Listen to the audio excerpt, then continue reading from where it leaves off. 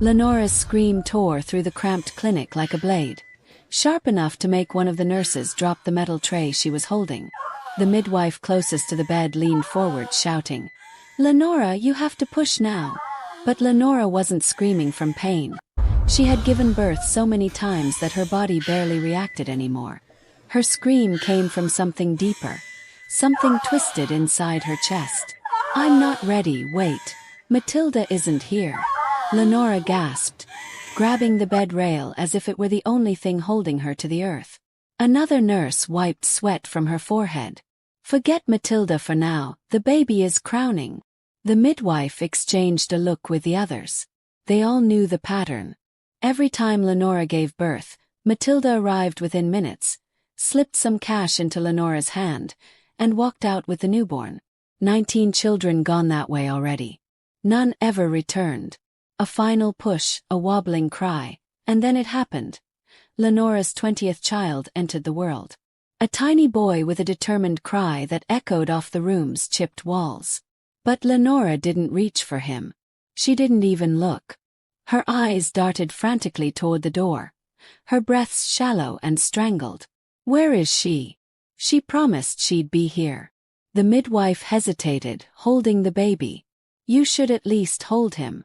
"I can't," Lenora whispered, voice trembling. "She'll be angry if I touch him.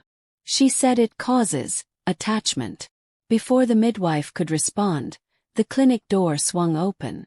Matilda stepped in with the confidence of someone who owned the world. Her eyes swept across the room, ignoring Lenora's trembling form and landing directly on the baby. "He's healthy." The midwife nodded stiffly. "Very."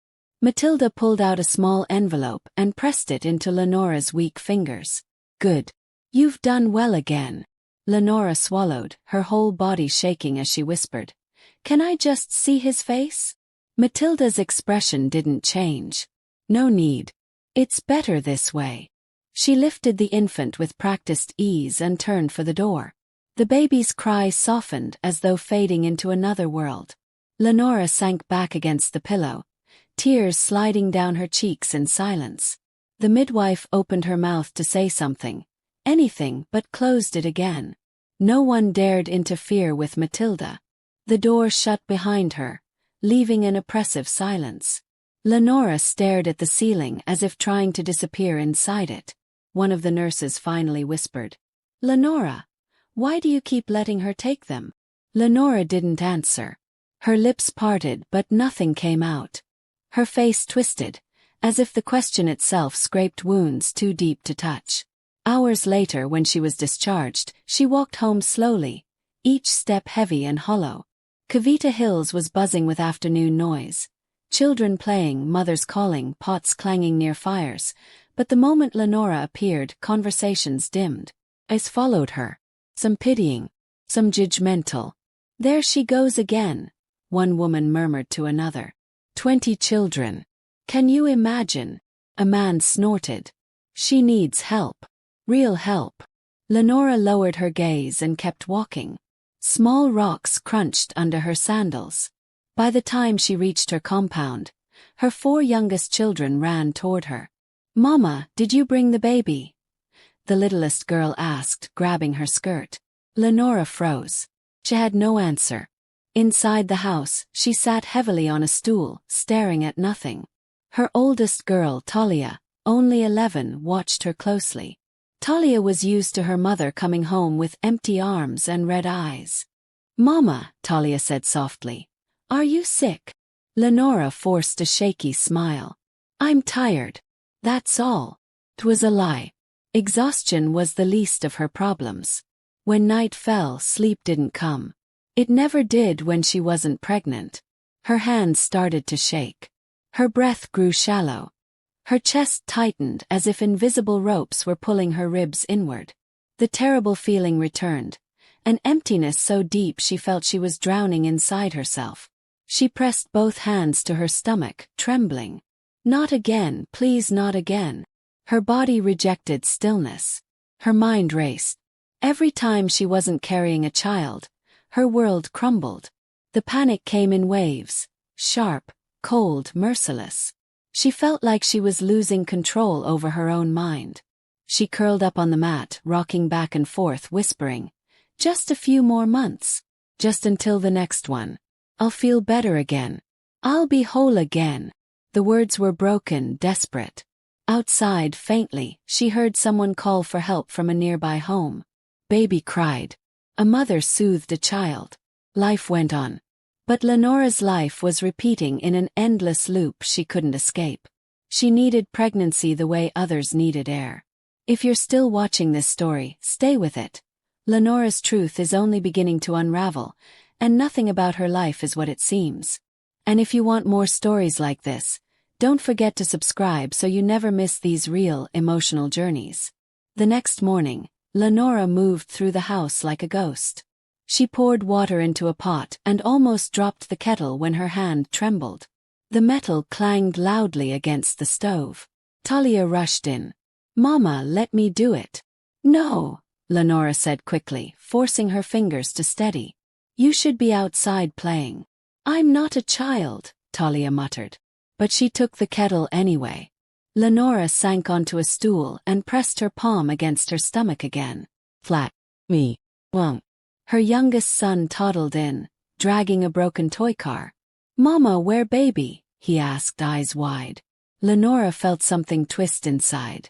"There is no baby," she whispered. He frowned. "But you go clinic.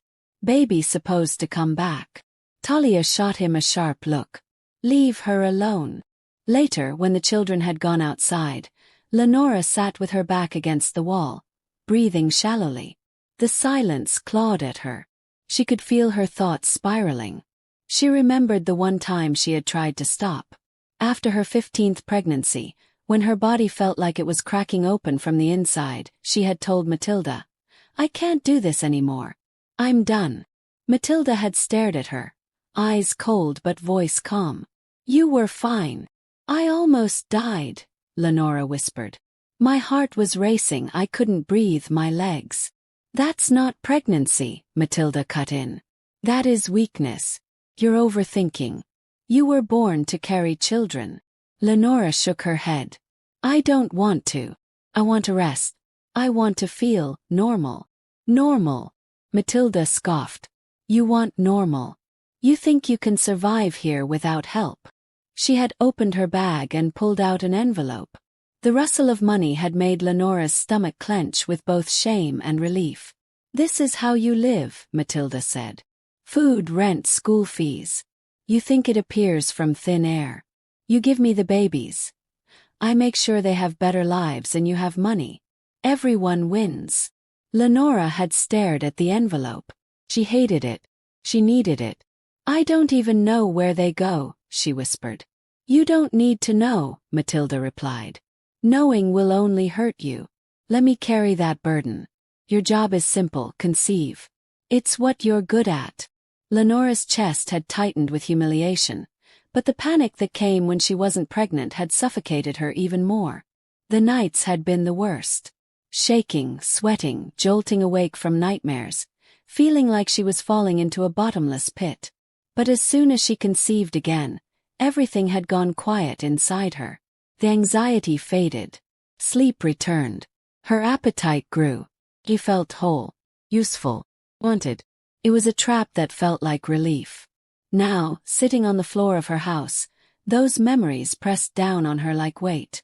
She rubbed her arms, trying to stop the trembling. Her heart raced for no reason. The room felt both too small and too big at the same time. A knock on the door jolted her. She jumped to her feet, heart hammering. "Matilda," she called, voice unsteady.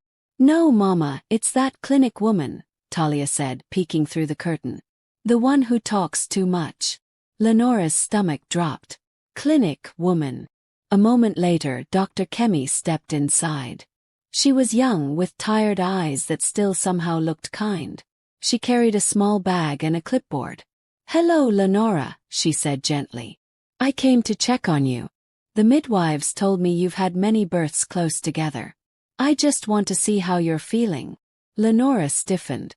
"I'm fine." Talia folded her arms. "She's not fine. She almost fainted this morning." "Talia," Lenora hissed, embarrassed. Kemi's gaze softened. Can I sit? Lenora nodded reluctantly. Kemi sat on a low stool across from her. How's your bleeding? Any dizziness? Chest pain? Headaches? Lenora shrugged. I'm used to it. That's not an answer, Kemi said quietly. You've had 20 births. Your body isn't a machine. A flash of anger mixed with shame flared in Lenora's chest. What do you want me to say? Done. The baby is gone. My body will adjust. Gone. Kemi repeated. Where is he? Lenora's throat closed. Her gaze drifted to the floor. Matilda took him. Matilda, your aunt. Lenora didn't respond. Kemi watched her carefully. Lenora, do you want to keep any of your babies? The question stabbed deeper than anything else. Lenora's lips trembled. Of course I do. I'm not a monster. Then why don't you? Kemi asked. Her tone wasn't accusatory, just searching. Has someone told you that you can't? Lenora swallowed hard. I can't raise them all. I can barely feed the ones I have. And when I'm not pregnant, her voice cracked. I feel like I'm dying. My chest closes, my hands shake, I can't sleep. The only time I feel like myself is when I'm carrying a baby. Kemi leaned forward, trying to catch her eye. That sounds like something we can treat. Anxiety. Trauma.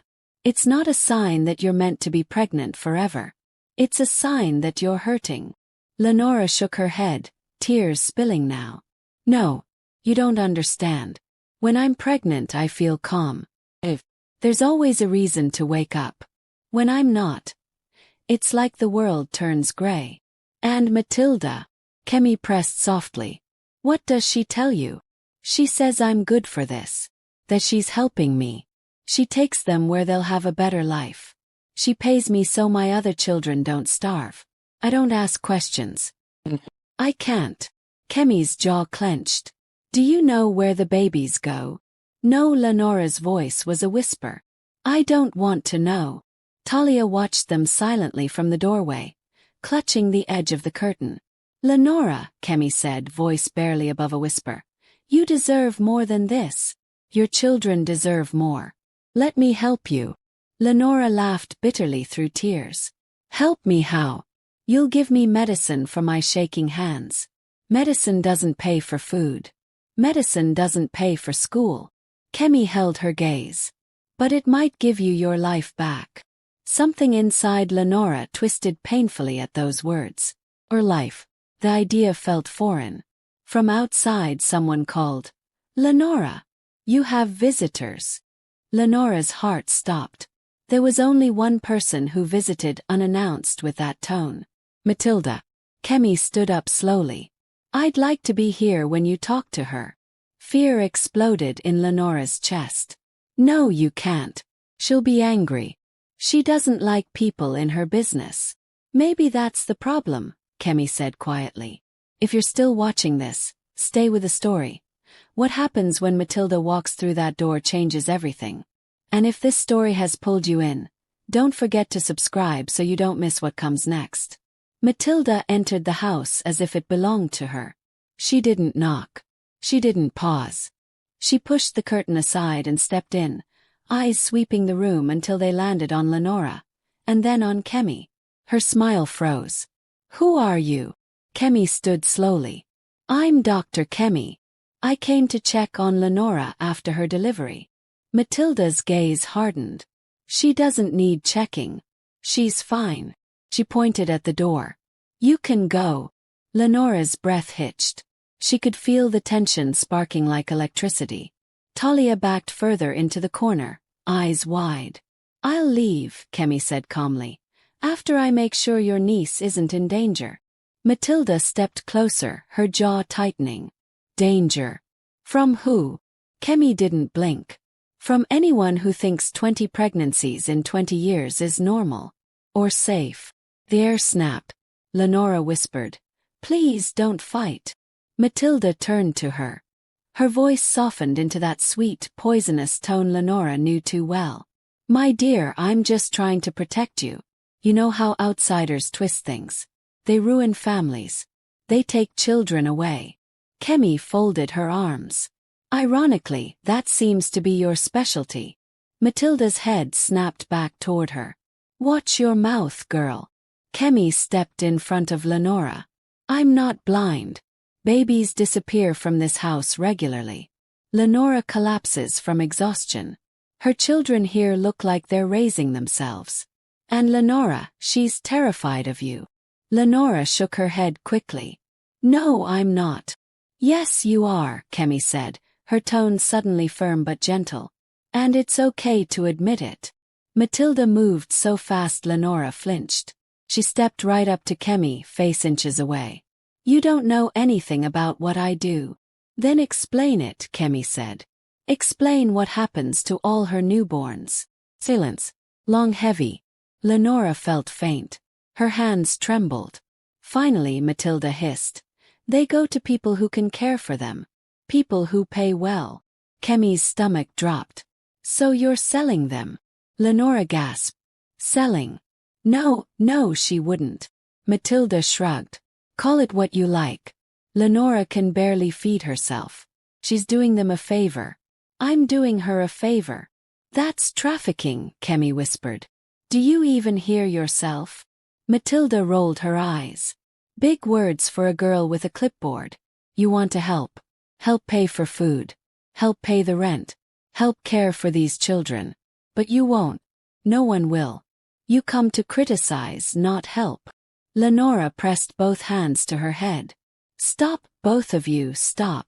Talia ran to her mother. Mama, sit down. Matilda turned to Lenora, voice soft again. You know I'm right. You need me. Without me you will starve. They will all starve. You think this doctor will stay here? You think she'll bring money every month? You think the government will suddenly care?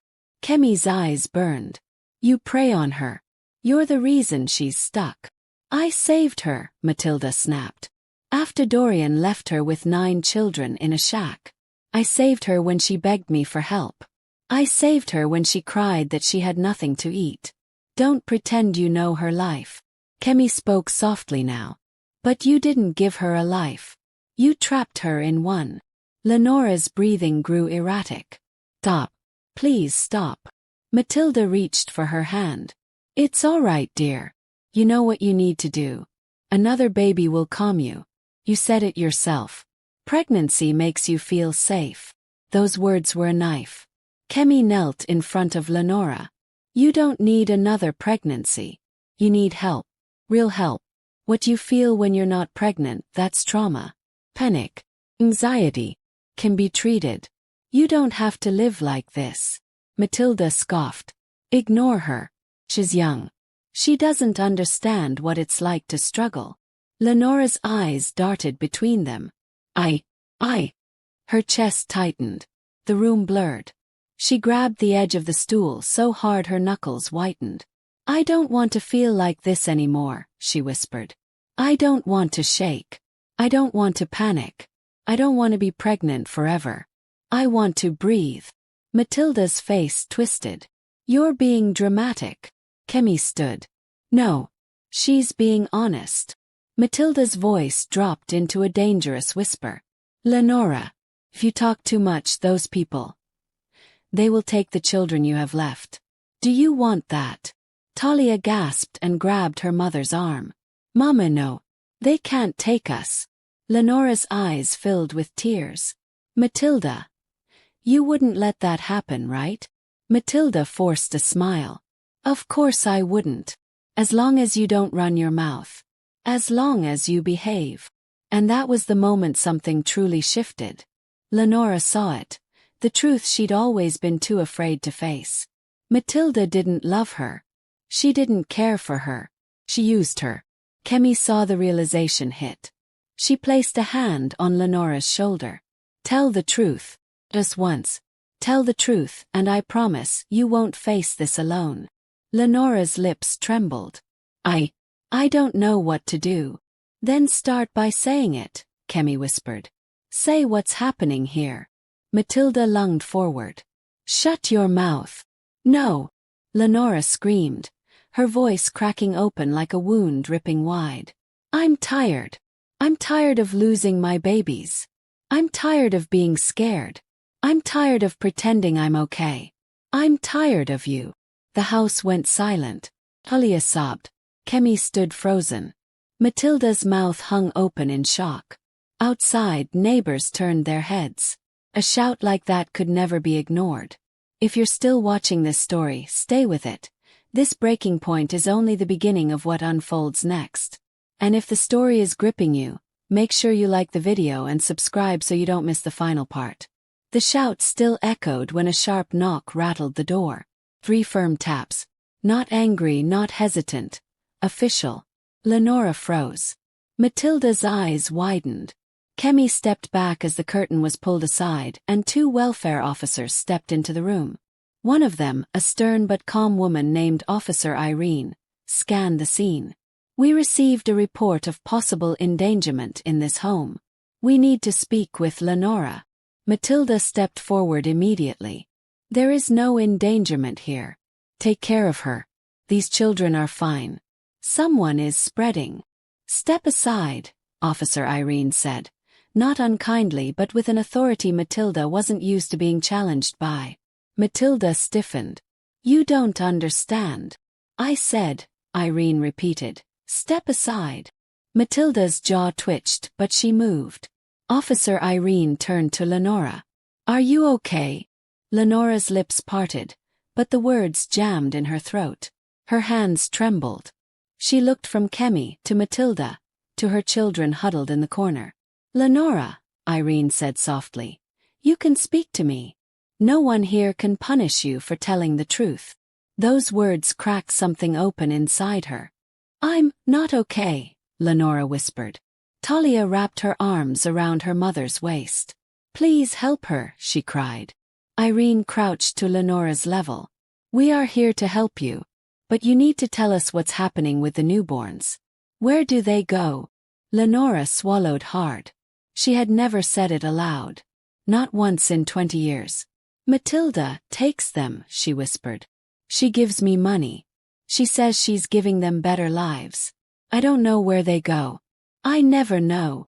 Matilda stepped forward. She's confused. She's overwhelmed. Be quiet, Irene snapped. Matilda snarled. You people don't understand this village. You don't understand what it takes to survive. Kemi turned on her. You're selling her children. Shut up, Matilda roared. Officer Irene raised her hand. Matilda Arusa, you are under immediate investigation for the unlawful removal and transfer of minors. It's not unlawful, Matilda cried. She agreed. I saved her. Saving someone doesn't involve cash and disappearing babies, Irene replied flatly. Step outside. Now. A male officer escorted Matilda out as she kicked and screamed. Lenora, say something. Tell them I helped you. Lenora pressed her hands over her ears, sobbing. Stop, please stop. And then Kemi was beside her, arms around her, steady and warm. It's okay. You did the right thing. The male officer returned. We need to take a formal statement. And she needs medical care immediately. Lenora's breath shook. What will happen to my children? Irene crouched again. They stay with you. We are not here to take them. We are here to protect you. All of you. Talia sobbed harder, burying her face in her mother's leg. Lenora held her tightly. I don't want to lose them, Lenora cried. You won't, Irene promised. We're here now. For the first time in years, Lenora felt something shift. Not panic. Not emptiness. Relief. Real relief. Within an hour, she was taken to the health center with her children at her side. Kemi stayed with her, helping her through each form, each checkup, each trembling moment. Blood tests showed severe anemia, untreated postpartum complications, and hormonal imbalances that supported what Kemi suspected. Lenora's desperate attachment to pregnancy wasn't spiritual or mystical. It was trauma. It was survival. It was the only coping mechanism she had ever been taught. Over the next weeks, she received treatment. iron supplements, counseling, support with food supplies, emotional therapy. A social worker helped clean and repair her home. The children were enrolled in a community program. And Lenora began to breathe again. She still woke sometimes in the night, reaching instinctively for a belly that was no longer full. But each time she did, Kemi's words returned to her. Asterisk, you don't need another pregnancy. You need help. Real help. Asterisk. One afternoon, about a month after Matilda's arrest, Lenora walked outside with a bowl of washed clothes. The sun was gentle, the breeze warm. Her children were playing by the mango tree, laughing as if they hadn't lived through years of chaos. Talia noticed her first. Mama, come see what we built. Lenora set the bowl down and walked toward them. They had made a tiny mud house. Messy, lopsided, but sturdy in the way only a child's creation can be. It's our new home, the littlest boy declared proudly. Lenora knelt beside them, eyes softening. It's beautiful. Talia looked up at her. Mama, are you happy? The question caught her off guard. She wasn't used to thinking about happiness. It had always been survival, exhaustion, pregnancy, panic, repeat. A life stuck on one looping thread. But now, she looked at her children's faces. She felt the breeze. She felt the steadiness in her chest. The quiet in her mind. Yes, she whispered. I think I'm learning how to be. Talia wrapped her arms around her. The boys piled on too, giggling, shouting. Group hug. Lenora laughed through tears. Careful, you'll knock me over. Kemi approached from a distance, smiling. You look better today. Lenora nodded. I feel better today. And tomorrow? Kemi asked. Lenora took a shaky breath, squeezed her children gently and said, Tomorrow. I'll try again. One day at a time. She stood there as the sun dipped lower, bathing the yard in gold. For the first time in 20 years, she felt a future that didn't revolve around pregnancy. A future she could shape. Maybe even enjoy. If you stayed with this story till the end, thank you. Stories like Lenora's matter because they show how trauma hides behind silence, and how healing begins the moment someone finally sees the truth. If you want more powerful, emotional stories like this, don't forget to like this video, leave a comment and subscribe to the channel. Your support helps these stories reach others who need to hear them.